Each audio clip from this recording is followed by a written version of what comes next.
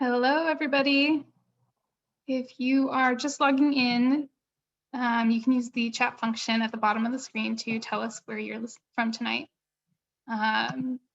Please keep in mind that if you select the all panelists and attendees function, everyone will be able to see your message. Otherwise, it'll just be sent to the panelists.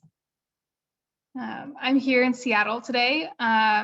The weather's been beautiful. I don't know if anyone else here is listening in from Seattle today, but pretty excited that spring is here. Knock on wood, just around the corner. We'll just give this a few more minutes. We'll give a little bit more time for folks to get settled, and then we will get started with tonight's event. Tonight we are here to chat about the book My Shanghai by Betty Liu. It's a beautiful book organized by season that truly touches on the food of Shanghai. And I'm so excited to hear more about the book tonight. I hope you all are as well. Betty will be joined in conversation by Hsiao-Ching Chou, who is a local author and cooking instructor. Her new book, Vegetarian Chinese Soul Food, just came out. I think it was last month. It's also available for purchase at booklarder.com. Just a quick overview of tonight's event. We will have about an hour to hear from Betty and Hsiao-Ching, and we will wrap up at around 6 o'clock, but we will leave some time at the end if you have any questions. Please do drop your questions into the Q&A function at the very bottom of the screen. That way we can get to them at the end of the event, and we will do our best to get to as many as possible. But if we don't get to them, feel free to email us, and we'll do our best that we can to help answer those questions. All right. Well, for those of you who don't know me, my name is Meghna. I'm here at Booklarder in Seattle again. We are really thankful to be able to host a number of events, even during COVID times, via Zoom. We are very grateful to be able to welcome in attendees from all over the country, sometimes all over the world. So thank you for taking the time to join us tonight. We will be hearing from, again, from Betty Liu, the author of My Shanghai. I'm just going to read her bio real quick before we get started. Betty Liu is a Chinese-American home cook whose parents immigrated from Shanghai and whose husband's family came from Suzhou and Wuxi, creating a tradition of eating and cooking home-cooked food from the Jiangnan region, both in the US and in China. She started writing about Chinese food on her blog, bettysliu.com, in 2015, which went on to be nominated for Best Photography in 2016 from Savoir blog, and nominated for Best Food Photography by Cuisine Corriere in 2017, and named one of the top 10 food blogs by The Culture Trip, and found joy in talking about the food that reminds her of home. Since then, her writing, photography, and recipes have been featured in publications such as Bon Appetit, Food 52, Boston Globe, and Savoir, and she has taught food photography workshops around the world. Today, she lives in Boston with her husband, Alexander Shu, and their dog, Annie, where she is training to be a surgeon at Beth Israel Deaconess Medical Center in Boston. So welcome, Betty. And again, our moderator tonight is Hsiao-Ching Chou. She is the author of Vegetarian Chinese Soul Food and Chinese Soul Food, available here at Booklarder as well. She teaches everyday Chinese home cooking at schools in the Seattle area and on YouTube, and she's known for her always sold out pot sticker classes. Currently, she serves as the chair of the James Beard Foundation's Book Awards Committee and volunteers as a member of the board of directors for the Ballard Food Bank. Chou lives in Seattle with her husband, 2 children, and her mother. So without further ado, I'd like to welcome Betty and Hsiao-Ching back to the screen. Thank you so much for joining us tonight. I'm so excited to hear from the both of you. Thank you, Thank you so Meghna. Thank much. you, Booklarder. Yeah. This is really exciting and great to meet you, Betty, finally. Nice to meet you too. What I thought I would do is get everybody sort of situated a little bit. Let's take them on a little bit of a geographical tour But I wanted to start with, first of all, the fact that you are training to be a surgeon. What's that all about? You're in Yes, that is. Boston training to do that. Like, what? Uh-huh. Yes, that is actually my main career. I am a resident physician training to become a general surgeon. Um, and a lot of my food photography and my food work, including the bulk of the work of this book, was done before I started residency. And so, of course, naturally, people are like, wait, how did you write a cookbook and do all the recipe testing and all of that and do medical school and now residency? I mean, you do have a recipe in your book, the pig trotter soup, and you have a funny story about that. Like, how did you manage all of that? Yeah, through lots of nights without sleep and lots of tears. No, I'm kidding. It was just a lot of time management. I definitely had to sacrifice, maybe some other activities so that I could focus on the book. My goal was to finish it before I really started residency. So, just planning out all my vacations, all my easier rotations and classes so that I could have enough time for the book to go to China to take photos, do research for the book. So it was just like a lot of planning, like years in advance. Hmm. And tell us about the pig trotters and Oh, how yeah. that played a role in your studies. It's kind of a silly story, but when I was a medical student, and at that time I didn't know that I wanted to do surgery, and I was like already, testing recipes for the book, but I was also trying to practice suturing. So I would get like, sutures from the hospital. We would have our needle drivers, and I had these pig trotters that I was testing for my book. And I was like, oh, like the pig skin is actually very similar to human skin. So I just used it and I just like made cuts. I practiced my suturing. And then after that, I used it to make soup. It's so efficient. It's like it's so Chinese, right? To be that efficient, to have this ingredient serve so many purposes. So I think that's pretty funny. Okay, so I know everybody has heard about Shanghai and maybe they've been there, but maybe you could take us there. Like, first of all, describe a little bit about what that region is, where, the Jiangnan region, what does that mean? Yeah, so it encompasses two provinces and Shanghai. So Shanghai, as we know, is like a big metropolitan city. It's situated right on the coast, the eastern coast of China, and it actually sits below one of the like biggest, longest rivers in China. The English like name for it is like the Yangtze River. The Chinese name is called Changjiang, and it's important for Shanghai and the food and the cuisine because that river drives a lot of the agriculture in China or in yeah in China, like as it basically crosses the whole country of China, and it drives a lot of the like the water source for a lot of agriculture. And one of the great things about this river is that it gives off a ton of tributaries, and specifically to the Jiangnan region, which includes Jiangsu, Shanghai, and Zhejiang province. Shanghai kind of sits between those two provinces.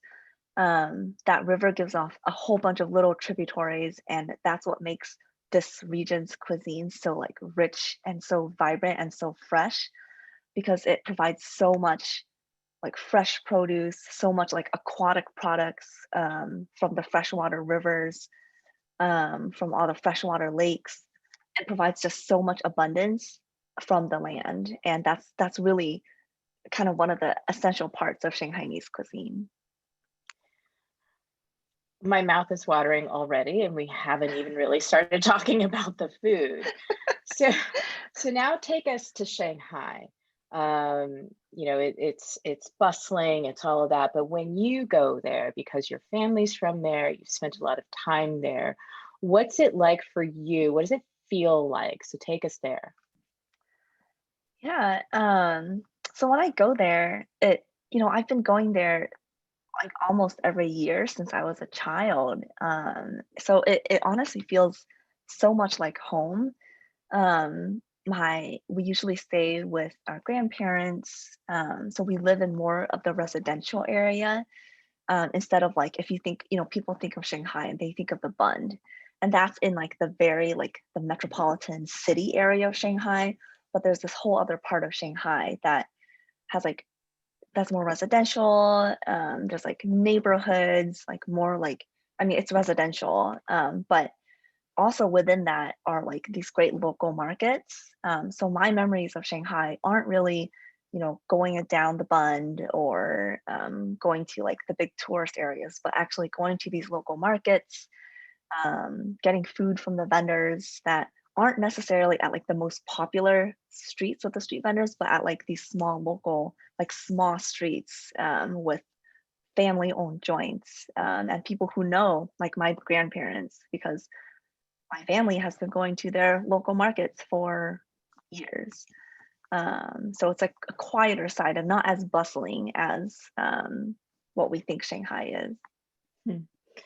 And so when you travel there and you pass through the bustle and then it gets quieter and quieter, what are the things that you start to smell and taste, and what is that like?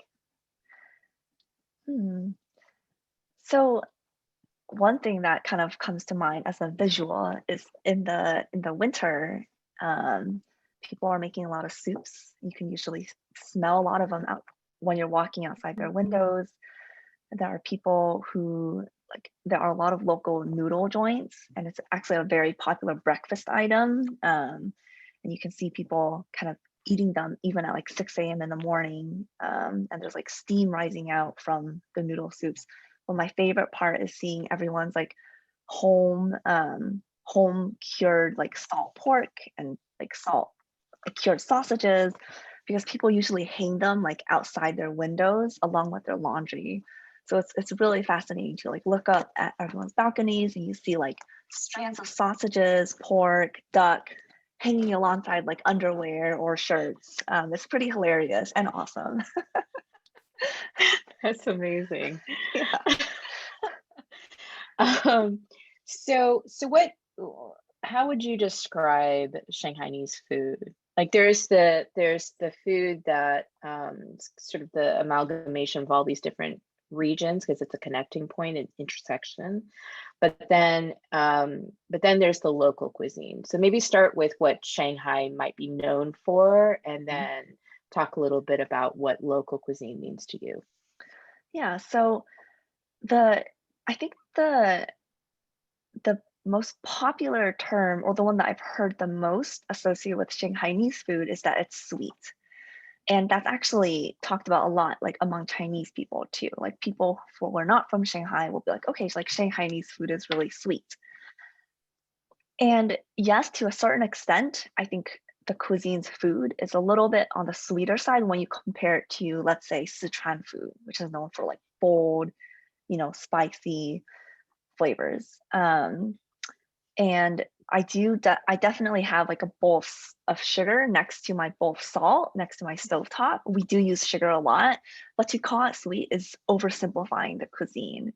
I actually really struggled with like finding words to describe Shanghainese cuisine, and the best I can come up with is like vibrant and fresh, because Shanghainese cuisine is all about highlighting like the natural produce or like the protein we're working with versus like drenching it in heavy sauces.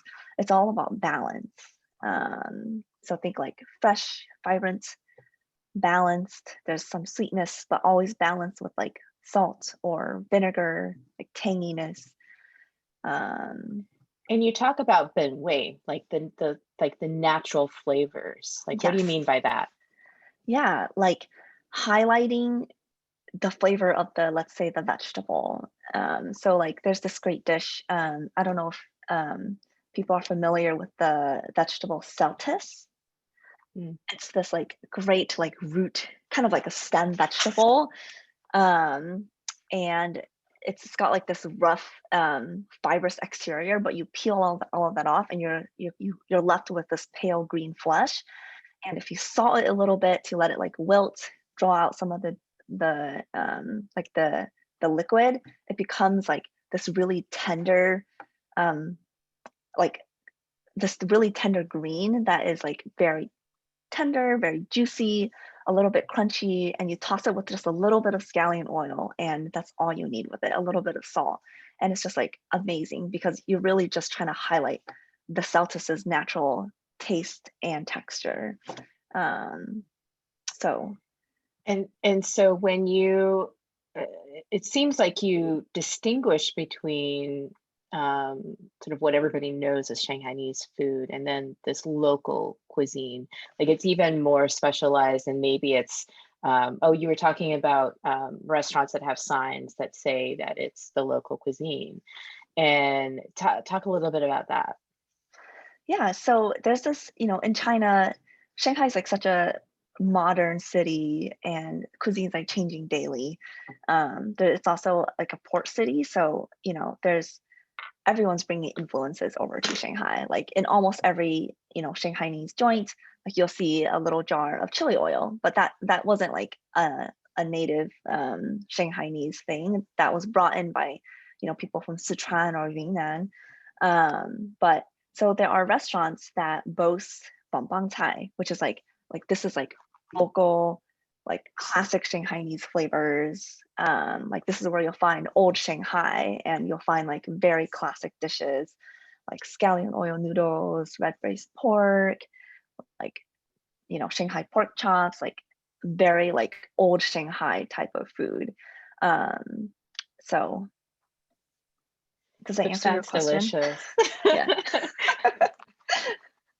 Because I think in general, when especially with those of us who are Americans, let's just say Americans, when we experience different ethnic or world cuisines, like we just know one piece of it, Indian food. Like we just know what they have at the buffet restaurants, and we don't really know all the regions and the sub-regions. And similarly, Chinese food is like this monolith, but it's not.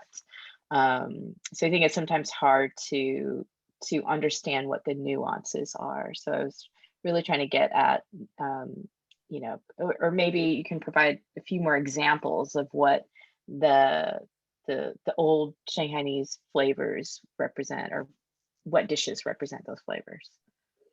Yeah. So I mentioned scallion oil noodles is a big one. Red But braised why, like, anything. talk about that, the Shanghai noodle or the scallion oil noodles. What makes that special in Shanghainese? So the flavor that's drawn out from slowly like toasting scallion is like pretty classic in Shanghainese food. And if you flip through my book, you'll notice a lot of like scallion XXX, like scallion chicken, scallion oil noodles, scallion oil celta, scallion roasted fish.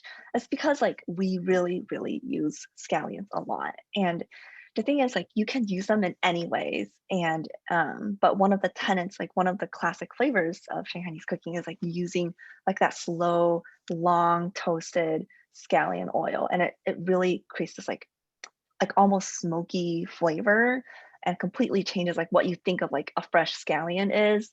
Like it's, you guys will just have to try it. It's hard to describe. But that's used a lot. Like there's also scallion oil fish, where it kind of utilized the same like toasty flavor, but with fish instead. And there's also like, use it with fava beans. You can use it with anything, but that's definitely a classic one. Red braised is another classic, and I think that's one of the more well-known dishes in Shanghai. Like it refers to a braising technique where you use a mix of soy sauces, cooking wine, some aromatics, and sugar, and you let some sort of protein. My favorite is pork belly, but you can also use, I've used like tofu before for my vegetarian friends. You know, I even use like potato. You could use fish. You can use anything really, and you simmer it for a while and let all of those ingredients melt together, and it creates this like really wonderful, fragrant, like salty but sweet, like sauce that glazes over whatever you're putting in it. And it's just really good. It's so good. It's the Yeah, best. so good. Which also brings me to soy sauces, which is one of my I get on a soapbox about soy sauce, and and it's the key ingredient in red braising. Can you talk a little bit about how important soy sauce is? And you do mention that your family likes to use a certain brand. Maybe talk a little bit about that. Yeah, my mom just uses, I think it's like the Kimlan brand, and I'm fine with that too. I also use like Pearl River, Lee, I think that's what it is. That's also fine. I would say like these days, like for my kitchen, I usually like lean towards Pearl River Bridge. But the main thing is that there are two types of soy sauce, which you probably know about. And so I always tell, you know, people have been messaging me about like what they should have for their pantry basics, and I definitely say light soy sauce, dark soy sauce, white pepper, and black vinegar. I think those are like, if you have these in your kitchen, you can make most of these recipes. So the difference between light and dark soy sauce, like if you look at two bottles of it, you can already tell from the color, the light soy sauce is lighter. But actually, paradoxically, it actually has more flavor. Like it has more like, it brings more salt to the dish.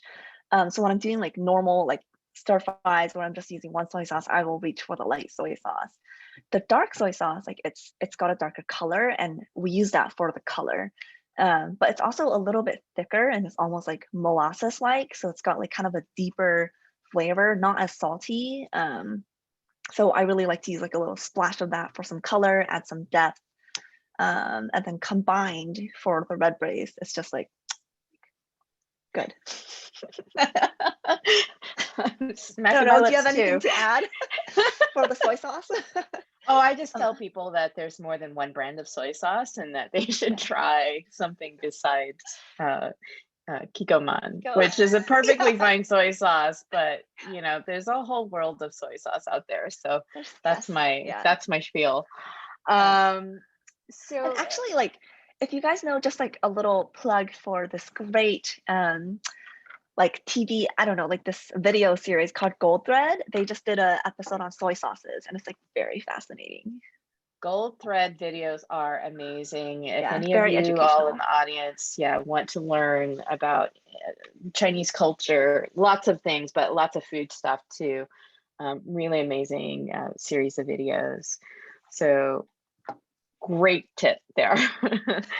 So let's talk a little bit about the seasonality of the food, the ingredients. You talk about, the book is divided into the typical 4 seasons, but within that you talk about 24 seasons. Can you explain that? Yeah. So organizing my book by season was one of the first organizational decisions that I made. Like when I sat down to write my book proposal, like I knew like some classic recipes I wanted in it, but one of the first decisions I made was to divide it by season. And when I told my dad about that, he kind of gave me this look and was like, of course, like, why would you divide it any other way? Because seasonality is like so important to the way that we eat at home and also in China. Like, I remember it's a little different here where we have like, you know, bulk shopping and everything. But in China, like I remember I would go out with my grandparents early in the morning, and they would make this trip to the local grocery store, like the local farmers market, every single day. And they would buy what they're cooking that day. And because everything was that fresh. Um, so anyways, the whole 24 seasons, it's a concept, and it's actually based on like the zodiac calendar, and it's based on like rain patterns, climate, And it's really actually meant for agriculture. So farmers would use that as a way to like guide their crops. I don't really know like too much about like the farming, but I just thought it was, it's a beautiful concept. It's kind of one that a lot of people know about. Like they know that it's there, but it's really used for farmers, like for agriculture. But just the fact that I think there is such like a 24 season calendar, I think just shows how integral like seasonality and working with what is coming out of the land is to Chinese food. Like one great illustration of this, I think, is if we talk about bamboos, which is like an excellent ingredient. And if you haven't worked with it, I highly recommend it. And there's many different, there's like hundreds of varieties of bamboo in the world, and a lot of them are in China. And in the winter, like I guess like December, January, we harvest winter bamboo shoots, and they're like these like fat shoots, like fat stocky shoots that are buried in the ground. And before they are able to break ground, they are dug up, because if they break ground, then the bamboo shoot is too old to use. However, there's also like a spring bamboo shoot, which is like long, skinny. It's like more tender. It's like very delicate, almost sweet. And those will shoot up into the like above ground for about like a foot, and then you break them off, and that's how you eat that, and that's like the best part. But there's also, and there's actually many more varieties of this, but I thought that's really interesting. There's also bamboo shoots called like after rain shoots. Yeah, I'm trying to like translate that in my head. So lyrical. And yeah, and it is literally like after a thunderstorm and after like like a big rainstorm, these shoots will just spring up out of the ground, and it's a special kind of bamboo, and it's like very sought after. It becomes very expensive. And there's like all these other different bamboos that are like circumstantial, but it's these like little micro seasons that kind of guide when they're picked and when they're eaten. So we have a great question here. I'm going to throw this in. Do you find bamboo shoots in North American supermarkets to be worth buying, or does it pale in comparison to what's available overseas? To be honest with you, to be completely honest, it does pale a little bit. A lot. Yeah, but however, I have bought, like they do, at least in the grocery store, the Asian grocery stores here in Boston, they do have winter shoots a lot. Like I actually just bought some a couple of days ago. They have like fresh winter shoots. They're not, of course, as good as the ones you can find in China, but they work. And honestly, when they're like braising in soup or anything, like it's very good, especially since I have no other way to get them. The frozen ones are actually very good, and they actually have frozen spring bamboo shoots, which is like the more delicate, tender one, and I use that for my oil braised bamboo shoots, yeoman sun, and it works fabulously. So I would recommend getting them here, but I would also recommend, if you get a chance to go to China in the winter to early spring, to like eat all the bamboo. You do talk about reconstituting the dried ones. It's a bit of a process. It is. Yeah. Talk about that. Yeah. So so bamboo will also come dried in like vacuum sealed packs, and sometimes it can have a funky smell, and don't be scared off by that. That's just from the processing. And I have some instructions in my book about reconstituting them. It does involve soaking them, washing them, soaking them again, just to get rid of that like processed smell. But in the end, when you use it, and I don't use it for any like fresh stir fries or anything, I use it in soup to provide like some like really nice umami flavor. And because the process of like preserving it will also like intensify its natural flavors. So I use it in soup, and it's very good. And then when it reconstitutes in soup, it also is has a great bite to it too. Awesome. I definitely prefer fresh bamboo though. Sure. And if anybody's curious, they do have dried bamboo shoots in the vacuum sealed packages at Asian Family Center at 130th and Aurora. So I have purchased those in the past. Okay, so we've talked about the seasons. I also want to get into a little bit about the energy of foods or ingredients. You talk a little bit about that in relation to, to the recipes and the seasonality. So what do you mean by that? Yeah, so I guess, are you referring to like the warmer foods and the hot, cooler cold, foods? yeah. So it's definitely like more like traditional Chinese medicine. I'm not really gonna touch too much into that.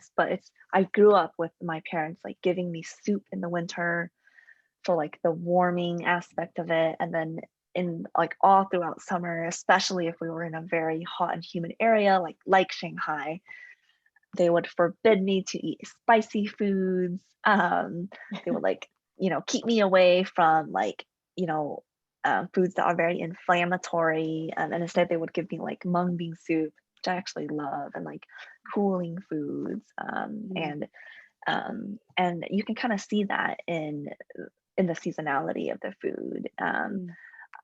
I'm not going to go too much into like what constitutes hot, what constitutes cold, but I more think about it in a way of like, in this climate, what would I want to eat? Like, what's comforting for me? And I think that's probably a good rule for anyone, right? Sure.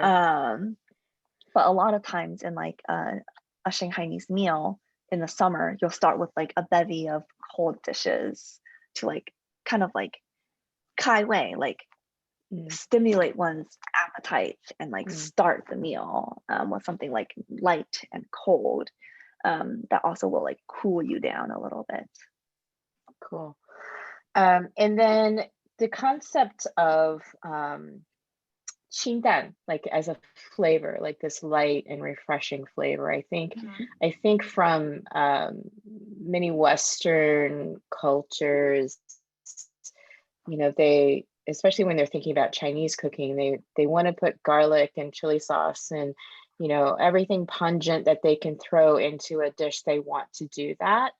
And then they think anything that doesn't contain that is bland, right? So maybe talk a little bit about what, why it's not bland if something is light, and this concept of qingdan.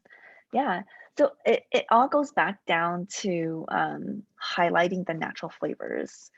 Like there are some vegetables that have like so much flavor already that you don't really need to throw a bunch of like strong aromatics at them. Like one of the best dishes I've had in China was actually like a very simple like a young bok choy, like very fresh, just like simply simmered in some broth, and that's it.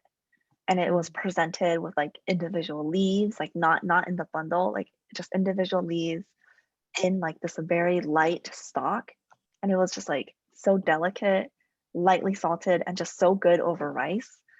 And like I didn't think that I would like that dish so much, but it was just like so beautiful in its simplicity. And I think like that's a lot of what Shanghainese cuisine is like subtlety and finding the balance. Like one of my favorite dishes in this book is actually chive flowers and pork slivers. And I actually make it a lot with like just like tofu gan, like smoked tofu. Yeah. And it uses like chive flowers, which has this like naturally sweet flavor to it, like kind of sweet but also savory flavor to it. And I would you basically just stir fry it. Stir fry your tofu or your pork, which is like lightly marinated, and then you throw in like the chopped chive flowers, and it's like juicy and crunchy, and like you barely need to put any salt on it, and it's just like so good. Amazing.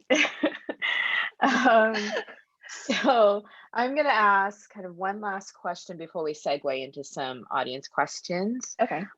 You talk about, like, I know wontons are a favorite of yours. You've Instagrammed about it, and then I love in your head note, you say wontons can be deeply personal. And I don't think I've ever heard anybody describe wontons that way, but I completely agree with you. Yeah. So can you tell us a little bit about what you mean by that? Yeah.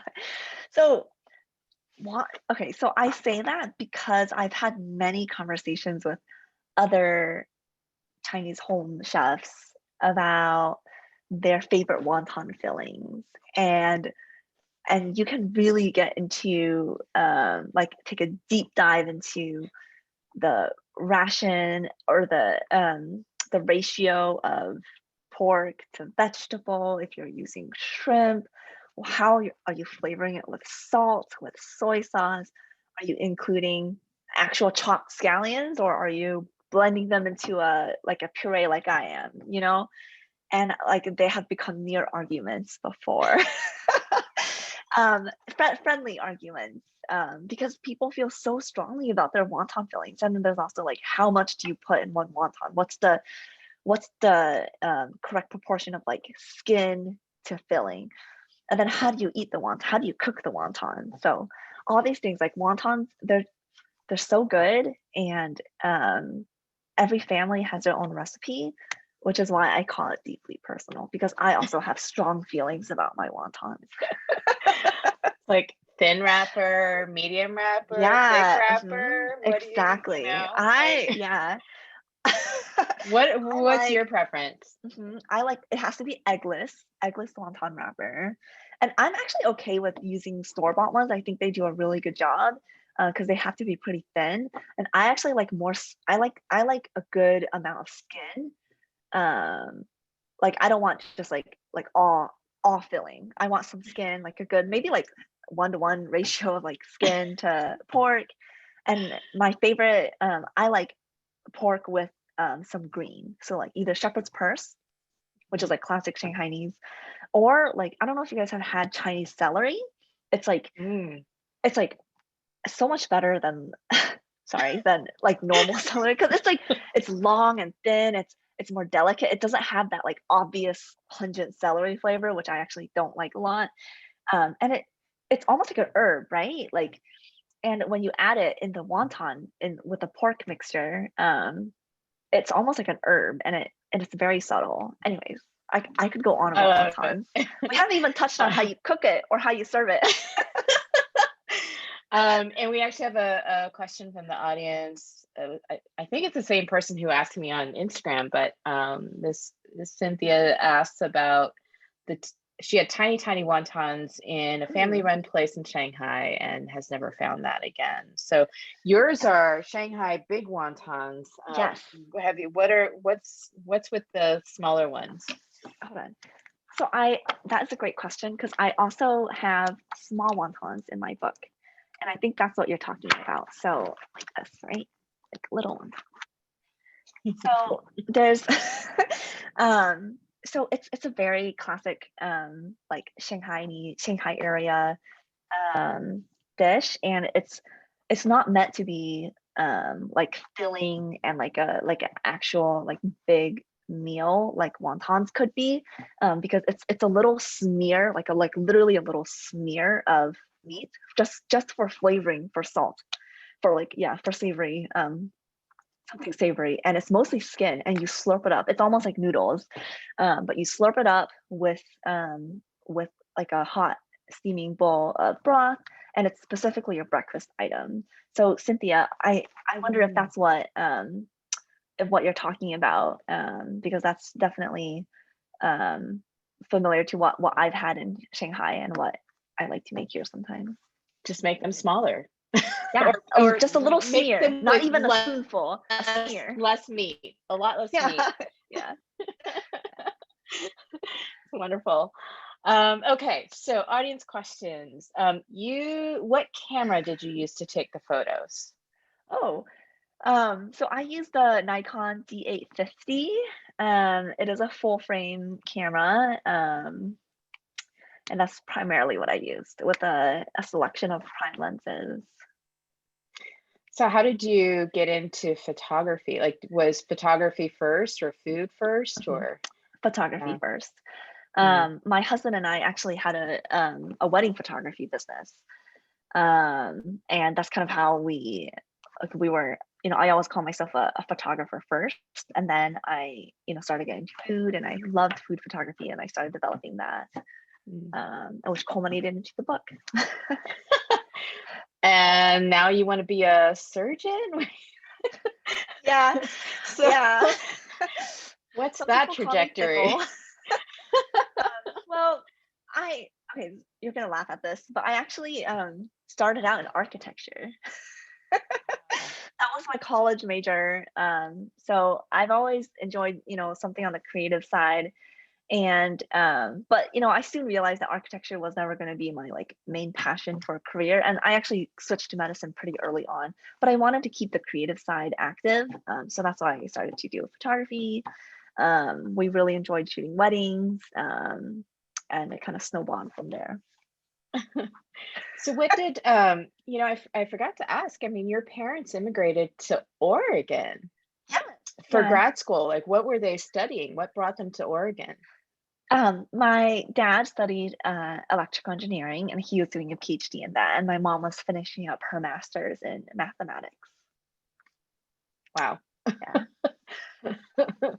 And then in their spare time, they went foraging and, and all of that in Oregon. Planted bamboo.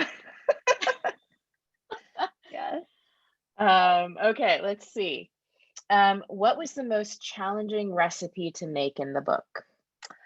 Okay, easy. Soup dumplings. Yeah.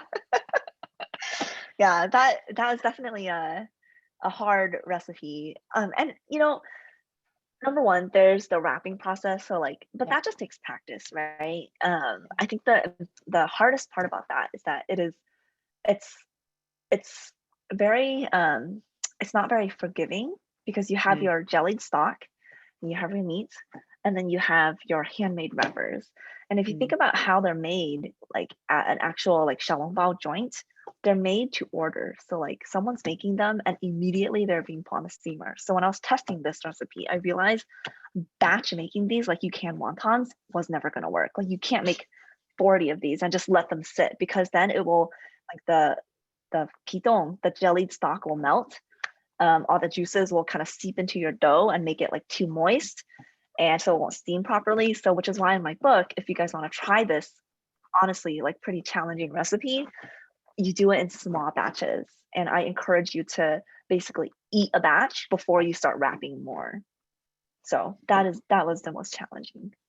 The irony of that, and I agree with you, kind of trying to teach people how to make xiaolongbao is hard. And the irony is that I don't think Chinese people ever really make them at home, ever. Like, Yeah. why? Unless they want to have some fun. Other dumplings, maybe. Let's see, I think there's a follow-up question here. Any tips for beginners for SJB, Senjianbao, and oh my gosh, and critical factors for success for xiaolongbao that you can't make in advance. So that's a very layered question there. Yeah. So I would say, actually, paradoxically, start with making baozi, like steamed bao, because that folding process is the same hand movements, just a little smaller and with like thinner dough. So the yeasted risen steamed bun dough is a lot easier to work with, and a lot easier to like to work with to make those folds. So if you get good at that and that motion, your hand will remember that as part of muscle memory. So when you tackle the xiaolongbao or shangjianbao, oh sorry, you said shangjianbao, okay.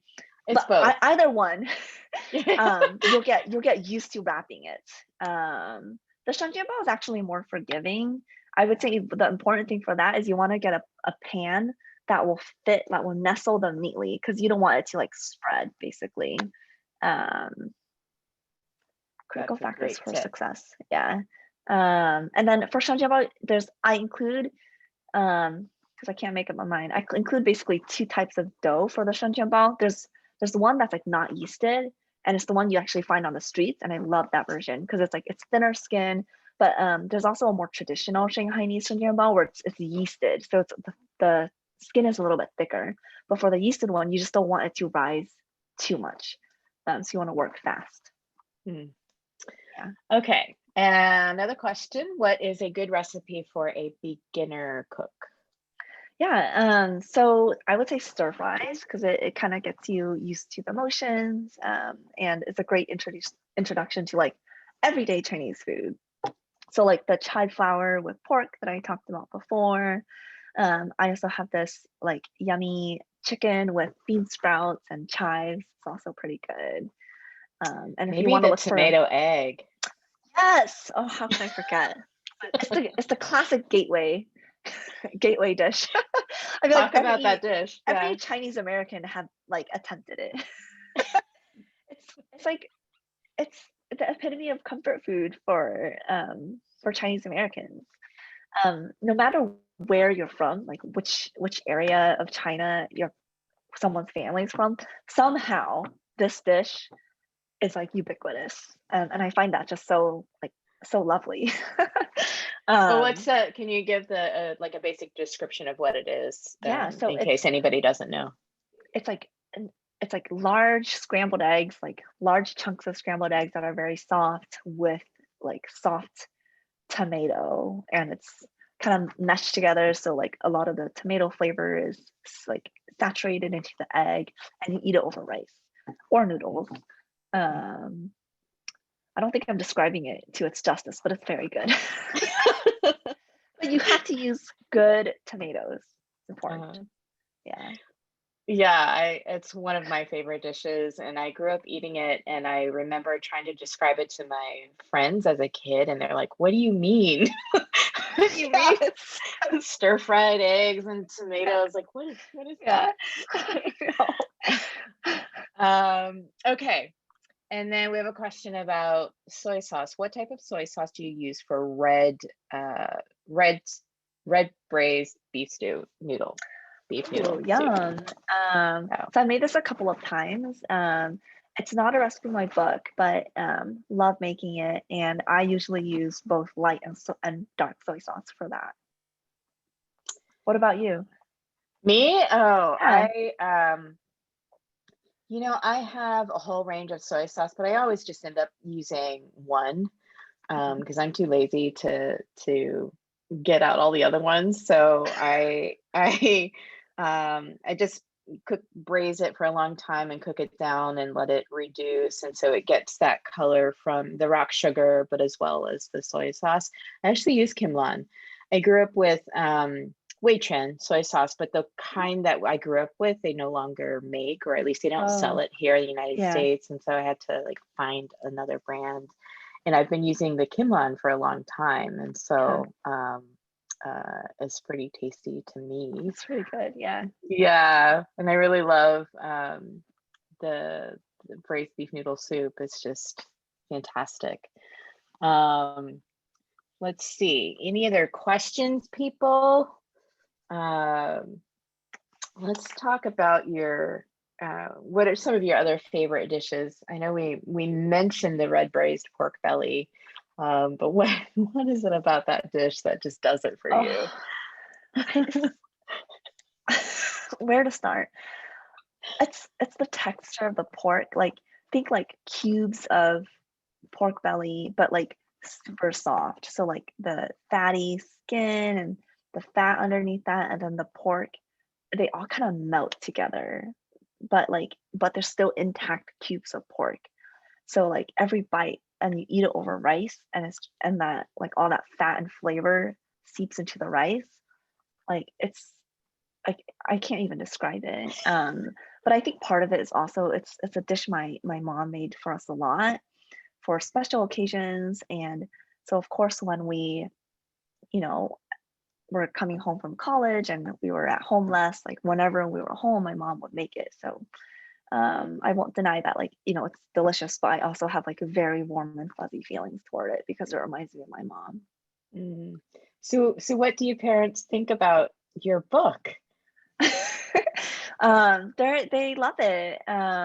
It's funny. They when I sent them one of the early copies of the book, I've involved them through the whole process, kind of showed them the pictures, like the PDF and everything. But when they actually got the physical copy, they texted me. They're like, "Betty, this is much better than we thought." Yeah, I think I don't think they realized it would be like an actual like hardcover bound book. I think because they just seen the PDF and like they don't buy cookbooks. They don't really know the cookbook industry or what it's Sure. supposed to be like. So I thought that was just so funny and so cute. Legit, like, wow, this is a legit book. Yeah, like wow, like I can't believe it. Yeah.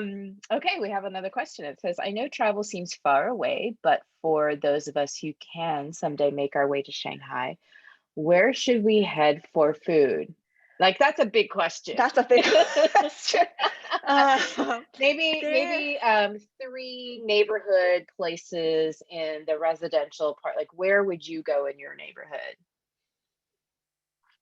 Unless you don't want to give that away. No, I'm totally fine with giving them away. There's this area,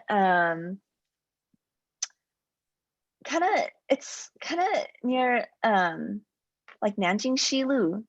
There's a lot of like street vendors there, and if you that's like a big street, but if you like branch into one of the corners, like there's a lot of like side streets around there. And there's this one specific area. It's hard to describe because it's not like you could say like, oh, it's the, you know, smorgasbord or it's this like farmers market. It's kind of this unspecified place, but if you actually Google like Shanghai breakfast foods, I have an article in Sever on the website that has the exact addresses because it's really at like the intersection of like certain streets where you can find food. So it's not like here's this one center where you can find it. So it's kind of hard to describe that, but if you Google that and like, or maybe I can send you guys the link afterwards. But that will give What you was like it? actual. I can type it in. Like, what was the Yeah. Sever article? Yeah, Sever, so Shanghai like breakfast. Shanghai breakfast. Okay. Yeah, it should pop up. So I have like specific addresses, places that I've kind of been to, but a lot of it is I was just like wandering around. They're everywhere. Cool. And so what dishes should they order? Noodles. Breakfast noodles. Wontons, like baozi, steamed buns, youtiao, like fried coolers with like a hot sweet soy milk, like my favorite. Yeah.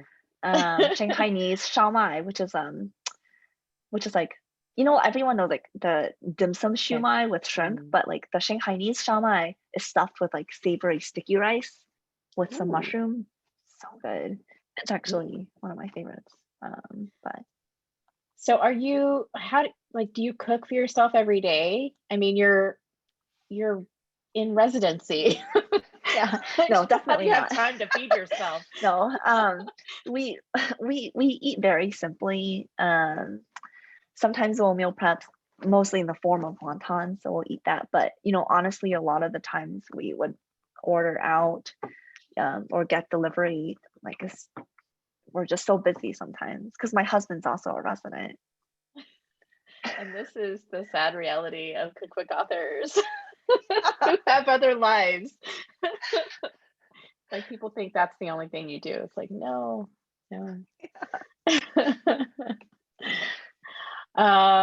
Cool. Meghna, it looks like we've kind of wrapped up a little bit on questions from the audience. So maybe you want to talk a little bit.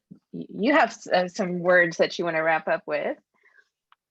Yes, I do. Thank you so much, Betty and Hsiao-Ching, for joining us tonight. I just like loved being a fly on the wall and, you know, hearing both of you talk shop. It was really fun. Really, really fun on my part. My mouth is also watering. I'm ready for dinner. We've got copies of my Shanghai here in the shop, and Betty has so graciously sent us some signed book plates. So if you're interested in a signed copy, we do have those here. Again, those are available on booklarder.com. This author talk will also be posted on our YouTube channel within 48 hours of the event. So if you're like, oh, I forgot what they were saying about breakfast foods in Shanghai, you can revisit this video in less than 2 days. That'll be posted up on our YouTube. That is all that I have tonight. We have one last question that just looks like there's up. one last question. Gosh. There we go. I'll let you guys Betty, answer that one, and favorite Chinese markets and restaurants in Boston. Oh, okay. Hi from Boston. So Ming's, which is in the South End / like the border of Chinatown, is very good and has a lot of fresh vegetables. It's actually where I go to the most. There's always H Mart, which is not exactly a Chinese market, but it has a lot of like Asian vegetables and Asian produce.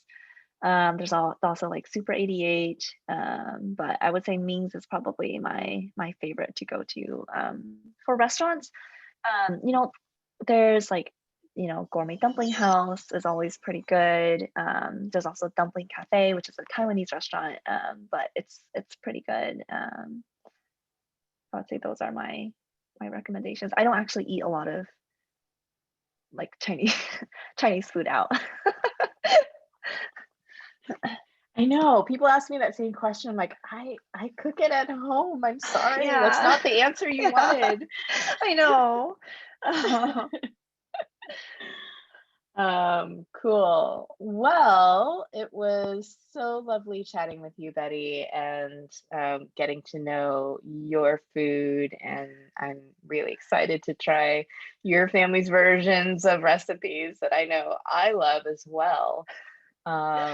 This is fantastic and Yes. gorgeous, gorgeous book. Thank you so much for having me. It was so fun to chat with you. And everyone, thank you so much for listening to me ramble on about my book. All right. Well, have a good night, everyone. Stay well, be safe, and happy cooking. Thank you again for joining us. Have a good night.